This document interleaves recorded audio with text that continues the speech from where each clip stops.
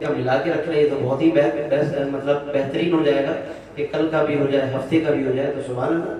ویسے بھی تقریباً اب کم و بیش چھٹی کے دن چل رہے ہیں, ٹھنڈے دن ہو چکے ہیں, قدرتی طور پر بارش کی وجہ سے دن بھی ٹھنڈے ہو گئے ہیں.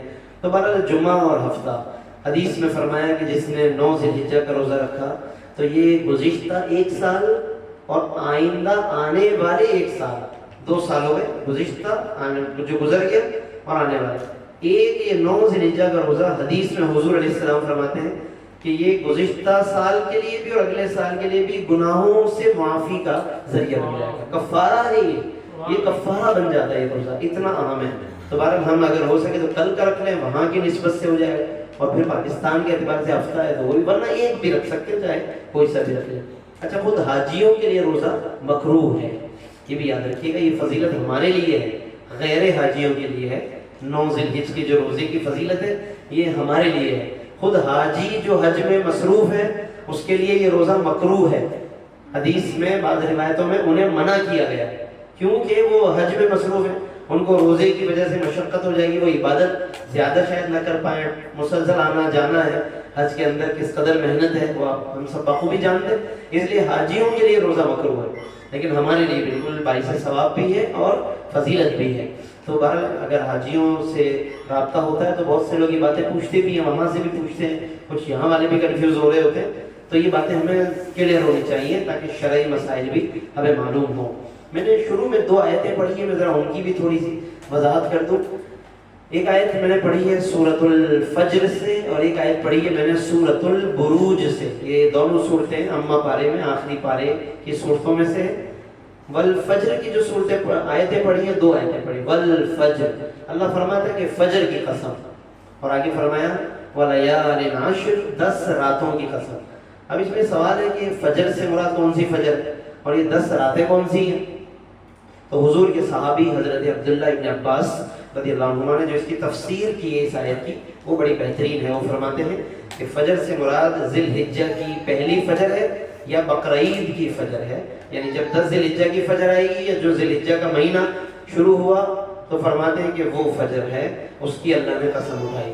اس سے معلوم ہوا کہ ان دنوں اور ان راتوں کی جو فجریں ہیں اس کا جتنا ہو سکے ہمیں خیال رکھنا چاہیے, اہتمام کر. ویسے تو ہر روز کی فجر کا خیال رکھنا چاہیے, ضائع نہ ہو, لیکن خصوصاً ان دنوں کی فجر ضائع نہیں ہونی چاہیے. ہمارے روٹین بعض اوقات ایسی بن جاتی ہیں کہ فجر ضائع ہو جاتی ہیں, کم از کم ان دنوں میں ضرور خیال رکھیں نماز ضائع نہ ہو. اور آگے دیکھیے کیا فرمایا, ولیال عشر, 10 راتوں کی قسم. ہمارے معاشرے میں ان 10 راتوں کا پتہ بھی بہت سے لوگوں کو نہیں ہوتا کہ اللہ نے ان راتوں کی قسم. حضرت ابن عباس فرما رہے ہیں کہ یہ 10 راتیں یہی ہیں, ذی الحجہ کی 10 راتیں, یعنی جس کی اس وقت اب 8ویں رات آ چکی, 8ویں رات, یعنی کہ کس تیزی سے یہ عشرہ گزر رہا ہے. تو اس عشرے کو بڑی بے دردی سے ہمارے معاشرے میں ضائع کیا جاتا ہے, کیونکہ اس عشرے میں منڈی جانے کے معاملات, پھر گائیں گھمانے پھرانے اور گلیوں میں دوڑانے, بہت سے علاقوں میں یعنی پھر منڈی میں بہت سارا ٹائم لوگ ادھر ادھر ویسٹ کرتے رہتے ہیں ضرورت کے علاوہ. یعنی جو ضرورت کے لیے گئے وہ تو ٹھیک ہے, لیکن باقی ویسے گھومنے پھرنے کی بڑے رواج ہے. بے شک گھومیں پھریں, جو جائز کام ہے کریں, لیکن کم از کم ان 10 راتوں کے اندر ان راتوں کا احترام ضرور کرنا چاہیے. کچھ نہ کچھ عبادتیں کرنی چاہیے, اپنے گھر میں کچھ ایسا ماحول بنا. چلے 10 راتیں پوری نہ صحیح, اس پورے عشرے کے اندر کوئی 1 رات چن کر, کوئی 1-2 راتیں نکال کر ہم کچھ ایسا اہتمام کریں گے جس میں ہمارے گھر والے بھی شامل ہوں, یا ہم انہیں بھی تلقین کریں, بچوں کو بھی سکھائیں تاکہ ان کی پرورش ہو اسی ماحول کے اندر, وہ بھی یہ سمجھ سکے. تو اس طور پر بھی میں آج کی اس محفل پر میں دل سے بڑا خوش ہوں کہ ولیال عشر کی قدر کرنے کا ایک طریقہ ہے کہ سب گھر والے ذکر و اذکار میں شامل ہیں. اور یہ میں اگر یہ لائیو بھی جا رہا ہے یا لائیو نہیں ہے آج, اچھا, تو لائیو کے ذریعے بھی بہت سے لوگ شامل ہو جاتے ہیں, انہیں برکت پتہ چل جاتی ہے. باہر جلد از جلد اگر اس کو وائرل کریں گے ہمارے سہیل بھائی تو ان تمام احباب تک کہ جو ابھی 2-3 راتیں ابھی باقی ہیں, ان 10 راتوں میں سے جس کا اللہ نے ذکر فرمایا کہ 10 راتیں, تو 2-3 راتیں باقی ہیں. تو ہو سکتا ہے کسی کو بھی اس طرف توجہ ہو جائے اور وہ بھی شامل ہو جائے, ذکر و اذکار میں کچھ قدر کر لے, تو ہمیں بھی ثواب حاصل ہو جائے گا اور وہ لوگ بھی فضیلت پا لیں گے. لیکن ہمیں کرنا چاہیے. ہمارے دور میں بڑی غفلت ہے, لوگ اپنے اپنے معاملات میں ہیں, چونکہ ساری چیزیں سہولتیں اویلیبل ہیں, تو لوگ اپنے دن رات موبائل فون میں اور دیگر اپنے معاملات میں مصروف رہتے ہیں, دوستوں میں, گیدرنگ میں. بے شک وہ سب چیزیں ہماری زندگی ہے، لیکن یہ 10 راتیں ایسی ہیں کہ ان میں کچھ نہ کچھ ٹائم ہمیں نکالنا چاہیے اور اپنی تنہائیوں کو اللہ کے ذکر سے آراستہ کرنا چاہیے. تو ایک تو یہ بات بڑی اہم ہے، اور کوشش کریں کہ آج کی رات کچھ ہمیں ایسا موقع ملے گھر میں تو شب جمعۃ المبارک بھی ہے اور یوم عرفہ کے نسبت بھی حاصل ہے اور شامل ہے، تو یہ بڑی اہم بات ہے. اچھا، پھر ایک فضیلت یہ بھی ہے، حضرت ابو ہریرہ کی ایک روایت مجھے یاد آ گئی، بڑی اہم بات ہے. حضرت ابو ہریرہ روایت کرتے ہیں کہ حضور علیہ السلام نے فرمایا کہ ان 10 راتوں میں سے ایک رات کا قیام بھی، قیام مطلب عبادت وغیرہ کرنا، نفلی عبادات کرنا اور اللہ سے لو لگانا، ایک رات بھی اگر کسی نے ایسا کر لیا تو فرماتے ہیں حضور علیہ السلام کہ اللہ ان 10 راتوں میں سے کسی بھی رات عبادت کرنے والے کو شب قدر کا ثواب عطا فرمائے گا. یہ کتنی بڑی بات ہے. اگر کوئی 10 راتیں ایسی گزار دے اس کا تو کیا ہی کہنا. دیکھیں نا، شب قدر تو گزر گئی رمضان میں، اب ہم پلٹ کر اس کو لا تو نہیں سکتے نا، شب قدر کو واپس نہیں لا سکتے، مگر اللہ نے ذی الحجہ کے اندر ہمیں وہ شب قدر کا ایک اجر عطا فرما دیا، اس کو مقدر فرما دیا. تو کوشش کریں، جب آج 8ویں رات ہے، کل 9ویں ہے، پھر 10ویں وہ بڑی رات ہوگی جو صبح عید ہوتی ہے، تو عموماً یہ راتیں ضائع ہو رہی ہوتی ہے. کچھ نہ کچھ ان کی ہم حفاظت کریں، کچھ بچا سکیں تو بہت بڑی کامیابی ہوگی. اللہ کو کیا معلوم ہماری کون سی عطا پسند آ جائے. تو ایک تو درود شریف کی کثرت کریں، سورہ دخان پڑھیں جمعے کی رات میں.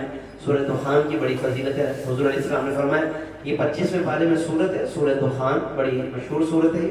اس کو جس نے پڑھا جمعے کی رات میں، فرمایا کہ اس کے پچھلے تمام گناہوں کو، صغیرہ گناہ مراد ہے، اللہ معاف فرما دے گا. تو سورہ دخان پڑھیں، سورہ ملک پڑھیں، کچھ درود شریف پڑھیں، اور اس طرح اس رات کو، مبارک رات کو گزاریں. کل کا دن چونکہ وہاں حجاج کرام عرفات میں ہوں گے، حدیث میں ہے کہ عرفات کی دعا اللہ کو بڑی پسند ہے، اور اس میں فرمایا کہ سب سے بہترین کلمات یہ لا الہ الا اللہ وحدہ لا شریک لہ لہ الملک ولہ الحمد وہو علی کل شیء قدیر. حضور فرماتے ہیں یہ کلمات اللہ کو سب سے زیادہ پسند ہے، یعنی محبوب، مفہوم عرض کر رہا ہوں حدیث کا، یہ سب سے بہترین کلمات حضور نے ان کو قرار دیا. تو آج کی رات میں یا کل کے دن میں حاجیوں کے ساتھ موافقت اور مناسبت کے لیے دعائیں بھی کریں اور ان کلمات کو بھی پڑھتے رہیں خاص طور پر، تو انشاءاللہ اس کی بڑی برکت ہوگی. اور ایک میں نے قرآن کی ایک اور آیت بھی پڑھی ہے سورہ بروج کی، اس میں فرمایا وشاہد و مشہود، شاہد کی قسم اور مشہود کی قسم، دو لفظ ہے قرآن کی. شاہد کا مطلب ہوتا ہے حاضر ہونے والا، اور مشہود کا مطلب ہے جس کے پاس ہم حاضر ہوں. جیسے مثال کے طور پر ہم یہاں پر محفل میں ہم شاہد ہیں، ٹھیک ہے، عربی کے اعتبار سے میں بات کر رہا ہوں. ہم آئے، آنے والا شاہد ہے، جس کے پاس ہم آئے یعنی جو صاحب خانہ ہے وہ مشہود ہے. اب مراد کیا ہے اس سے؟ اللہ فرماتا ہے قرآن ہے یہ مشاہد و مشہود، شاہد کی قسم اور مشہود کی قسم، مراد کیا ہے اس سے؟ تو سبحان اللہ، حدیث میں آتا ہے، خود حضور علیہ السلام ارشاد فرماتے ہیں کہ شاہد جو ہے یوم جمعہ ہے، یعنی جمعے کا دن شاہد ہے، اور مشہود یوم عرفہ ہے، عرفات کا دن جو ہے یوم، یعنی کل کے دن یہ دونوں باتیں جمع ہو رہی ہیں. قرآن کی آیت وشاہد و مشہود، کل کے دن میں یہ دونوں باتیں جمع ہو رہی ہیں کہ ادھر حاجیوں کے لیے اللہ نے جمعہ بھی جمع کر دیا ہے اور یوم عرفہ بھی جمع کر دیا، اور اللہ اس کے قرآن میں قسم اٹھا رہا ہے. اور جس کی قسم رب اٹھا لے، لیکن ہم اور آپ آپس میں کس چیز کی قسم اٹھاتے ہیں؟ جس چیز کی اہمیت زیادہ ہوتی ہے، جس چیز کی دل میں عزت زیادہ ہوتی ہے اس کی قسم اٹھاتے ہیں نا. لیکن سوچئے کہ جس کی قسم رب اٹھائے وہ تو اپنے حبیب کی قسمیں اٹھاتا ہے، اپنے حبیب کے چہرے کی، اپنے حبیب کی زلفوں کی قسم اٹھاتا ہے. وہ پروردگار یوم عرفہ کی قسم اٹھا رہا ہے، وہ پروردگار جمعے کے دن کی قسم اٹھا رہا ہے. تو اس کا مطلب اللہ کو کتنا پسند ہے یہ دن، اور کتنے مبارک لمحوں سے ہم اس وقت گزر رہے ہیں، اس کا ہمیں یوں اندازہ ہو سکتا ہے تھوڑا بہت ان باتوں کو سن کر. تو اس لیے یہ فضیلتیں معمولی نہیں ہے. یہی وہ یوم عرفہ ہے کہ جمعے کے دن نبی کریم صلی اللہ علیہ وسلم نے حج فرمایا، اپنی مبارک زندگی کا وہ آخری حج، اور جس میں حضور نے عرفات کے میدان میں جب وقت ظہر ہو گیا، یعنی آفتاب سورج ڈھلنے لگا، تو حضور علیہ السلام کے لیے وہ اونٹنی، قصوہ جو اونٹنی تھی، وہ آپ کے فرمانے پر لائی گئی، اور رسول پاک صلی اللہ علیہ وسلم اس اونٹنی پر تشریف فرما ہوئے، تشریف لائے. اور پھر مجمع سے اور تمام صحابہ کرام رضوان اللہ مجمعین سے، جو کم و بیش 1,24,000 کے قریب صحابہ تھے، یعنی جو نبیوں کی تعداد ہے کم و بیش کم زیادہ کے ساتھ، یعنی 1,24,000 نبی ہیں ٹوٹل، یعنی کم یا زیادہ بھی ہو سکتے ہیں، لیکن ایک راؤنڈ فگر یہ ہے 1,24,000، کیونکہ بعض روایتوں میں اس سے کچھ کم یا اس سے زیادہ کا ذکر آیا. تو اس لیے جب بھی ہم تعداد بیان کریں تو بہتر یہ ہے کہ یوں کہیں کہ کم و بیش یا تقریباً 1,24,000 پیغمبر ہیں. تو صحابہ بھی اتنے ہی اس وقت تک حضور علیہ السلام کے ساتھ جمع ہوئے. ہو سکتا ہے کہ اور بھی ہوں جو حج میں شامل نہ ہو پائے ہوں، لیکن جو حج میں شامل ہوئے، کیونکہ حضور نے 1 سال پہلے تقریباً اعلان کروا دیا تھا کہ اب جو سال آنے والا ہے اس میں حج کرنے والا ہوں. یہ قصداً اعلان حضور نے کروایا تاکہ جہاں جہاں تک یہ اعلان پہنچے سب حضور کے ساتھ حج کرنے کے شوق میں تیاری کریں. حضور چاہتے یہی تھے کہ مجمع زیادہ ہو، کراؤڈ زیادہ ہو. جتنے لوگ زیادہ ہوں گے وہاں میں جب خطبہ ارشاد فرماؤں گا تو اتنا زیادہ یہ خطبہ پھیل جائے گا، اتنا زیادہ لوگ اس کو نیریٹ کریں گے، روایت کریں گے، اس کو حدیث کو بیان کریں گے. یہ حضور چاہتے تھے کہ مجمع زیادہ ہونا چاہیے.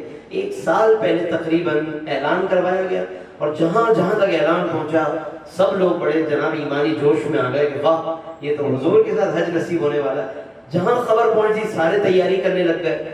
دور و دراز تک خبر پھیلتی گئی. کیا مکہ، کیا مدینہ اور کیا ارد گرد کے قبیلے اور قبائل کے لوگ اور بستیوں والے جناب سب کے سب ایمان کے ساتھ اور وارفتگی اور جذبے عشق کے ساتھ وہ تیاری کرنے لگے. اور جب حضور چلے ہیں تو پھر جا کر کے اتنا بڑا مجمع 1,24,000 کا اس زمانے کا یعنی سب سے بڑا اجتماع یہ یعنی کہ لوگوں نے منظر دیکھا ہے کہ نبی کریم صلی اللہ علیہ وسلم کے گرد اتنا بڑا مجمع جمع ہوا عرفات کے میدان میں. اور صحابہ کرام نے اس طرح حضور کے ساتھ حج کیا. اور تقریباً پھر بڑے بڑے تمام صحابہ جو حضور کے قریب تھے انہوں نے پھر ان حدیثوں کو روایت کیا کہ حضور نے کس طرح حج کیا. حضور یہ بھی چاہتے تھے کہ لوگ حج کو دیکھ لیں تاکہ صحابہ پھر اس حدیث کو روایت کریں تو آگے حج بھی پورا منتقل ہو جائے امت میں کہ حج کرنا کیسے. کیونکہ 9 ذی الحجہ میں حج فرض ہوا اور 10 میں حضور نے حج کیا ہے. ایسا نہیں ہے کہ حج بہت پہلے فرض ہو گیا تھا تو حضور نے ڈیلے کیا، اتنے برسوں لوگوں نے جو ہے اپنے اپنے انداز سے حج کیا. نہیں، 1 سال پہلے بس حج فرض ہوا 9 ذی الحجہ میں. اس میں حضور علیہ السلام تشریف نہیں لے گئے بلکہ حضرت ابو بکر صدیق کو حضور نے بھیجا امیر الحج بنا کر اور کچھ ہدایات دی کہ لوگوں میں اعلان کیجئے اور حج فرض ہو گیا ہے لہذا جو لوگ جا سکتے ہیں وہ ضرور جائیں. 9 ذی الحجہ میں یہ ہوا. ٹھیک ہے، یہ 9 ہجری یعنی حضور کی جو ہجرت کا سال تھا 9 ہجری. 10 ہجری میں حضور نے حج کیا، 11 ہجری میں حضور نے دنیا سے پردہ فرمایا.